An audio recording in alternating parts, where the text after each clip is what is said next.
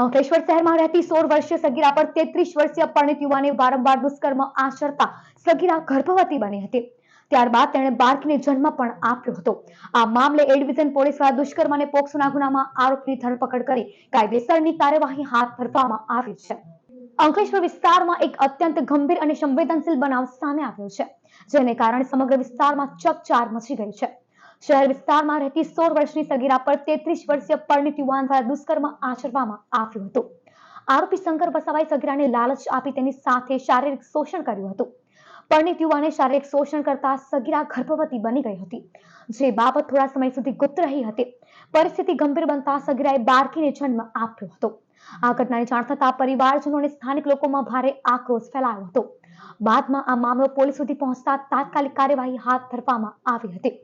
પોલીસે સગીરાની ફરિયાદના આધારે આરોપી સામે પોક્સો અધિનિયમ તેમજ ભારતીય દંડ સંહિતા હેઠળ દુષ્કર્મ સંબંધિત કલમો મુજબ ગુનો નોંધ્યો છે। પોલીસ દ્વારા ઝડપી તપાસ હાથ ધરતા આરોપી શંકર વસાવાને ઝડપી પાડવામાં આવ્યો છે અને હાલ તેની પૂછપરછ ચાલી રહી છે। હાલ પીડિતાની તબીબી તપાસ કરવામાં આવે છે અને તેને જરૂરી આરોગ્ય તેમજ કાનૂની સહાય પૂરી પાડવામાં આવી રહી છે। સાથે સાથે બાળકીની પણ તબીબી દેખરેખ રાખવામાં આવી રહી છે। કેસની ગંભીરતા ધ્યાનમાં રાખીને પોલીસ દ્વારા તમામ પુરાવાઓ એકત્ર કરવાની પ્રક્રિયા ઝડપથી આગળ વધારવામાં આવી રહી છે।